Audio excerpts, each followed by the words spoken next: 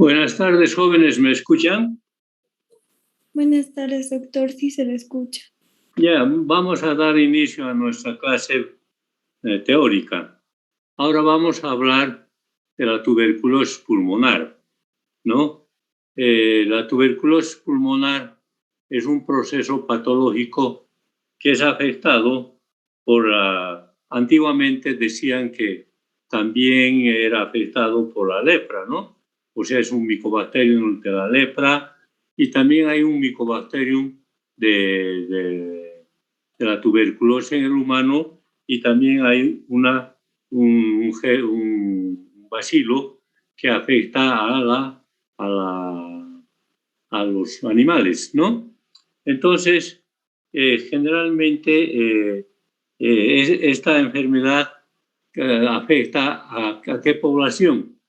Generalmente afecta a los pacientes de la clase socioeconómica baja. Esto era antes, ¿no? Porque ahora a cualquier persona le puede contagiarse la tuberculosis pulmonar, ¿no? Y también se presentaba en los alcohólicos, en aquellos migrantes que venían, por ejemplo, a la Argentina de España, ¿no? A los ancianos, a los prisioneros, porque siempre estaban en contacto con bacilíferos, ¿no? Y de esa manera estos pacientes se contagiaban, ¿no? Pero hoy en día ya casi esto ya no es así, ¿no? Estamos hablando más o menos de los años 1965, ¿no? De los años 1965, donde, por ejemplo, estos que navegaban durante meses con transbordos que llevaban del Japón a Chile, del Japón así, entonces esto generalmente se contagiaban. Pero ahora ya casi la gente también ya está vacunada para la tuberculosis, ¿no? Entonces, ahora ya casi, pero sigue siendo una enfermedad que a comienzos de siglo era más. Ahora, por ejemplo, ya no, los pacientes ya no mueren con tuberculosis. ¿Por qué? Porque ya el tratamiento exacto, en cambio antes se trataba pues sintomáticamente, ¿no? Y entonces no había un tratamiento específico. Ya después apareció la streptomicina, la kanamicina, el miambutol, el INH, y entonces ya ahora es muy difícil que puedan fallecer los enfermos con tuberculosis. Ahora, es una enfermedad de distribución mundial. ¿Debido a qué? Al hacinamiento y a la pobreza. Todavía yo creo que en el campo sí debe haber tuberculosis, ¿no? Debe haber tuberculosis en el campo. Pero ya no es tan frecuente como antes, ¿no? Antes era más frecuente, ¿no? Ahora, por ejemplo, en el año, esta enfermedad es de distribución mundial, ¿no? En el año 1965 en Estados Unidos habían 35 millones de pacientes sensibles a la tuberculosis, de los cuales 320.000 eran afectados por tuberculosis y 105.000 eran activos. En la India, por ejemplo, el 27% de los niños menores de 5 años eran afectados y el 90% en las personas de 40 años. O sea, estamos hablando de los años 1965. ¿Cuántos años han pasado? Han pasado pues 40 años, 30 y 38 años, ¿no? Entonces, ya ahora ya con el nuevo tratamiento, ya entonces y además con la vacuna que existe, ya entonces ha disminuido los porcentajes. Ahora, la tuberculosis pulmonar se presenta en cualquier edad.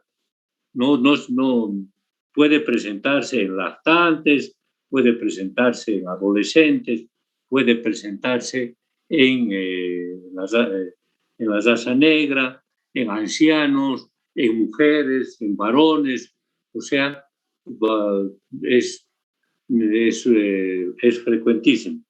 Ahora, lógicamente, en las mujeres y en los varones, después de los 50 años, no es una enfermedad que fácilmente se puede presentar. Ahora, ¿cuál es el germen? El germen que produce la tuberculosis pulmonar. Son bastones anaerobios inmóviles, ácido alcohol resistentes, no se olviden. Son el bacilo de Koch, descubierto por Roberto Koch, y son bacilos ácido alcohol resistentes, ¿no? Y en medios de cultivo como los huevos, las patatas, la sangre, la albúmina es lento. Aproximadamente requieren de 2 semanas a 8 semanas. El Mycobacterium es muy patógeno para el cobayo, pero no para los conejos y los pollos. Las cepas que han sido envueltas o han sido tratadas con el INH pierden patogenidad para el cobayo. No, aquí estamos hablando de todo eso. No, aquí dice, por ejemplo, la tuberculosis es muy patógeno para el cobayo, pero no para los conejos, para los pollos, y hay resistencia o pierden patogenicidad aquellos que han sido tratados con el INH. ¿Cómo adquiere la tuberculosis pulmonar los humanos? Generalmente es a través de las gotitas de Flügel, ¿no? Y yo he visto también que sean personas bacilíferas, ¿no? Por ejemplo, hay gente que escupe en la calle, ¿no? O esputa en la calle, viene y deja un moco, viene el viento y espolvorea eso, y entonces, si ustedes están pasando por ahí, pueden contraer, es como ahora con el COVID, ¿no? Si ustedes no llevan barbijo, y peor si una persona que ahora ya no se le tiene miedo a la tuberculosis, ¿qué va a estar llevando barbijo? ¿No? Entonces, de esa forma se contagian, ¿no? Ahora, lógicamente, ahora hay, por ejemplo, los niños que van al kinder, por ejemplo, los niños que van al kinder, se invitan, un niño, ahora más bien ya no hay clases, ¿no?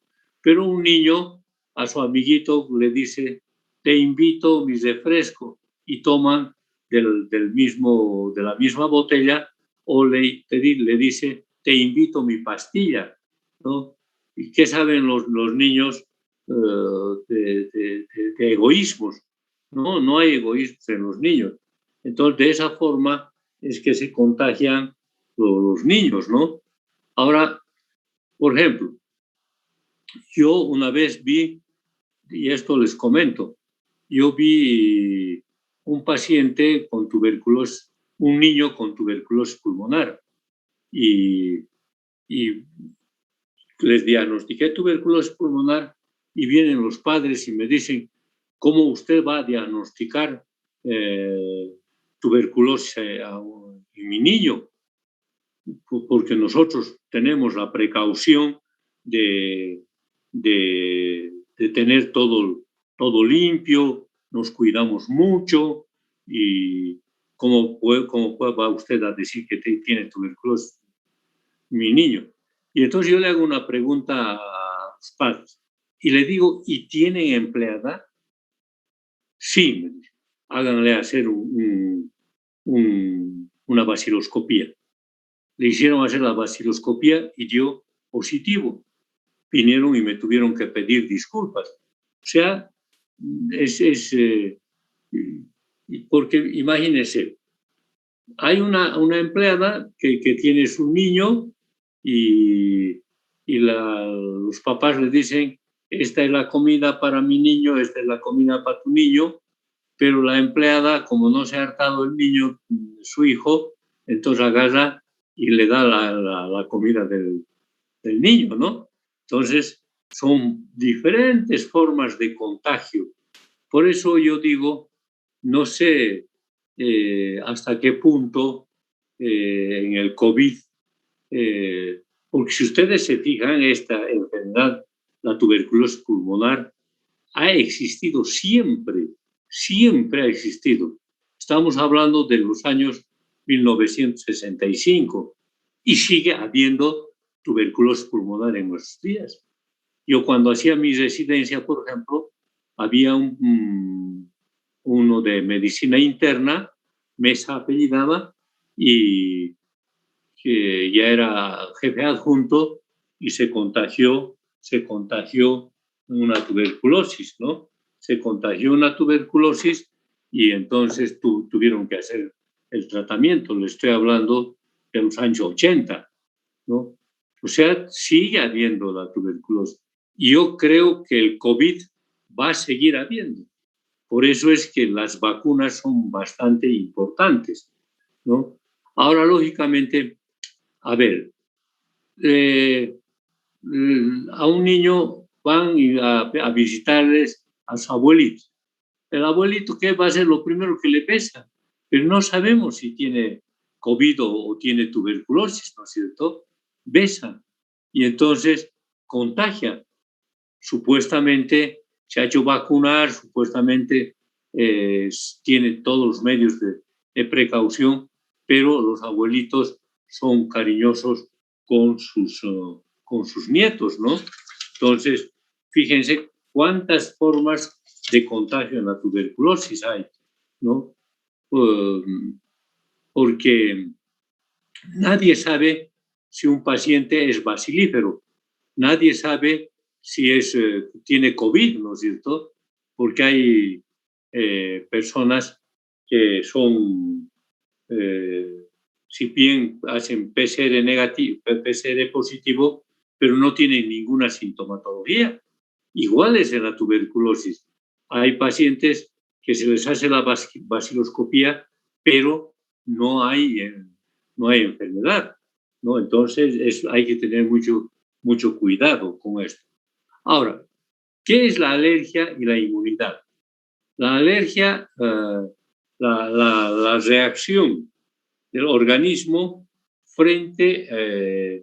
la reacción del organismo frente al bacilo de la tuberculosis depende de la inmunidad natural de la persona y de la presencia o ausencia de la hipersensibilidad hística inmune. Ustedes esto han debido llevar ya en bacteriología, ¿no es cierto? Ya han debido llevar. O sea, ¿a qué se refiere la inmunidad natural y la presencia o ausencia de la hipersensibilidad hística? Por ejemplo, una persona que nunca ha sido infectada con anterioridad da respuesta frente a la tuberculosis exógena, porque hay una tuberculosis exógena y hay una tuberculosis endógena, ¿no? Y a eso también vamos a hablar. Hay una tuberculosis exógena y hay una tuberculosis endógena. Ahora, es distinta de acuerdo a las personas que previamente hayan sido infectadas o reinfectadas. También hay una reinfección dependiendo del contagio externo y de la reacción de los bacilos que se encuentran dormidos en nuestro organismo. Esta diferencia reside en las propiedades alérgicas inmunitarias que son compuestas directamente, ¿no? Entonces, aquí estamos hablando, fíjense, aquí aquí están una persona que no ha sido infectada con anterioridad. La tuberculosis exógena es diferente previamente a la que ha sido infectada o reinfectada por contagio externo o por contagio interno. Estas son las propiedades alérgicas inmunitarias, ¿no? Ahora, si se infecta a un ser humano con la vacuna de la BCG, ¿no? Que son gérmenes atenuados, los tejidos alveolar, los tejidos se vuelven sensibles a la proteína del germen y a esto se llama hipersensibilidad o alergia. Y posteriormente, si se vuelve si se infecta al ser humano con bacilos de la vacuna con gérmenes atenuados, que es la BCG, o sea, es el bacilo de Calvin-Guerin, ¿no es cierto? Los tejidos alveolares son sensibles a la proteína que se presenta debido a la hipersensibilidad o a la alergia.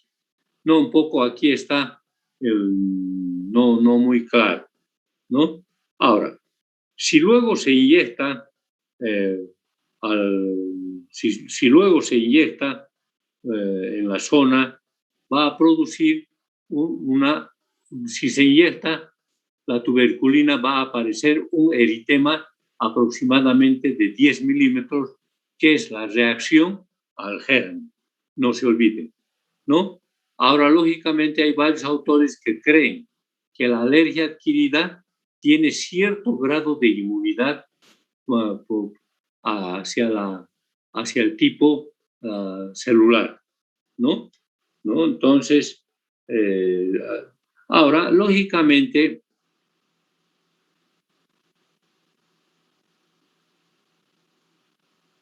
la resistencia natural es frecuente por ejemplo, los de la raza blanca son más propensos a contraer la tuberculosis.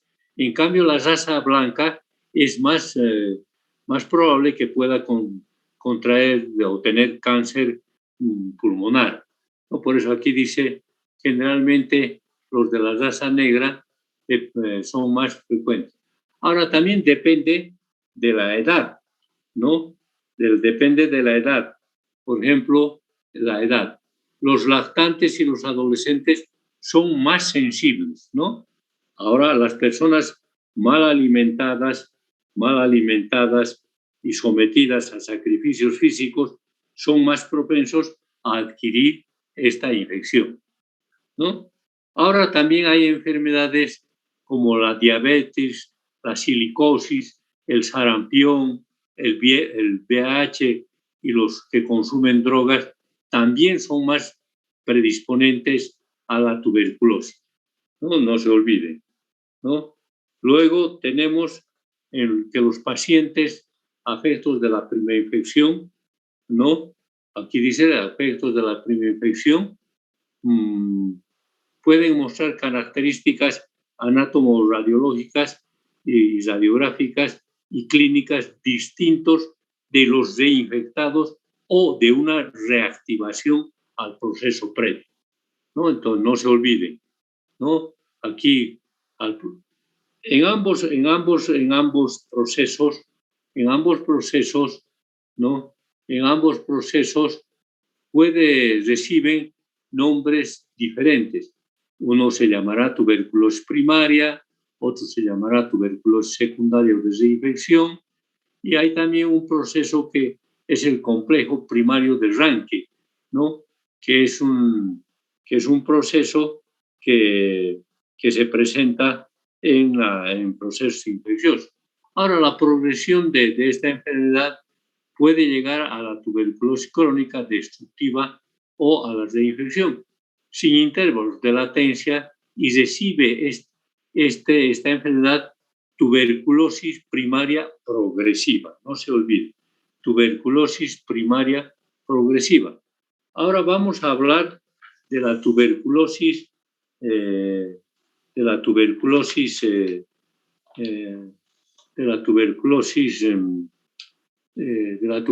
primaria.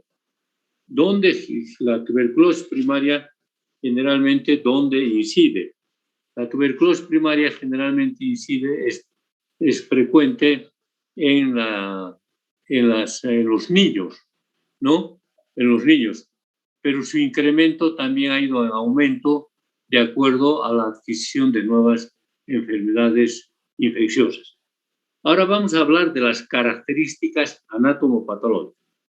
La reacción frente al bacilo depende tanto del número de gérmenes aspirados como de la resistencia intrínseca del individuo no infectado.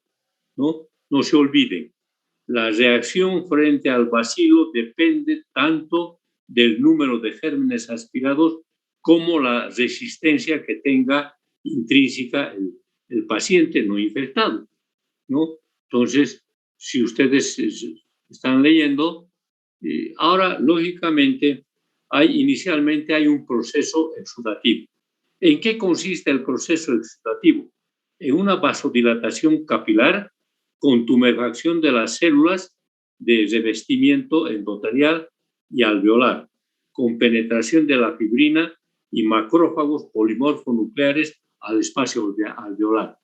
Si ustedes se dan cuenta, la tuberculosis pulmonar es que afecta el alveolo pulmonar. En cambio, el COVID no afecta el alveolo pulmonar, ya les he repetido. Ahora, lógicamente, el COVID pues hace un proceso exudativo y entonces ya se puede entonces producirse un proceso neumónico. En esta fase, las estructuras alveolares permanecen normales o aparece una hipersensibilidad 6 semanas después y luego va a producir una necrosis gaseosa central. Los gérmenes pasan a la fase exudativa y tienden a desaparecer. A continuación, habrá la cicatrización con fibroblastos y la hilanización progresiva es más grande y llega a la calcificación. Si ustedes están viendo la pantalla, porque parece que no ven, ¿no? Entonces aquí lo que les he explicado, aquí no está tan claro, dice. En la fase exudativa hay una vasodilatación capilar, hay una tumefacción de las células de revestimiento endotelial y alveolar, con penetración de la fibrina y macrófagos polimorfonucleares al espacio alveolar. Aquí está. Fíjense cómo estamos hablando del espacio alveolar. ¿Qué quiere decir? Que la tuberculosis afecta el espacio alveolar, no el espacio intersticial. Esta fase, en esta fase, las estructuras permanecen normales. Después hay una hipersensibilidad después de 6 semanas. Luego habrá una necrosis gaseosa central y los gérmenes en esta fase exudativa tienden a desaparecer o van a llegar a la cicatrización, ¿no? A la cicatrización o a la hialinización y la calcificación. La invasión a los ganglios linfáticos es a través de los canales linfáticos. Es frecuente esta manifestación, ¿no?, de estos ganglios y los gérmenes pueden pasar por vía sanguínea y a la tuberculosis miliar o extrapulmonar. Ahí vamos a quedar porque ya me han avisado, ya me han cortado. A ver, cualquier pregunta que quieran hacerme, yo ya les he enviado también hasta este tema las hojitas. ¿Alguna pregunta? No, doctor, está todo claro. Ya, hijita, ya. Ya, entonces, mañana nos vemos en prácticas. ¿Qué vamos a ver en práctica mañana, doctor? Disculpe. Sí, vamos a ver articulación de la rodilla y articulación del tobillo. Pero ¿saben qué? Estudien nomás, porque yo estoy queriendo comentar acerca de los exámenes, ¿no? Porque ya nos han mandado, por ejemplo, ustedes el segundo parcial dan el el 25, ¿no? El 25 de noviembre. Y hay que pasar las notas de práctica o todas las notas semifinales hasta el 29 de noviembre. Y el último día de clases es el 20 de noviembre, ¿no? Entonces, yo estoy queriendo comentar con ustedes cómo vamos a hacer referente a porque la asistencia a las prácticas sí o sí se anota, ¿no? Eso quiero explicarles, pero de todas maneras, lean nomás rodilla y lean tobillo. Si nos alcanza el tiempo, vamos a hacer la clase práctica. Porque yo quiero, como en las clases teóricas no entran todos, y para que no me estén reclamando, entonces yo quiero explicarles bien todo, ¿ya? Está bien, doctor, muchas gracias. Ya, gracias, hijita. Hasta luego, doctor, buenas noches. Hasta luego. Hasta luego, doctor. Gracias. Hasta luego. Hasta luego. Buenas noches. Buenas noches.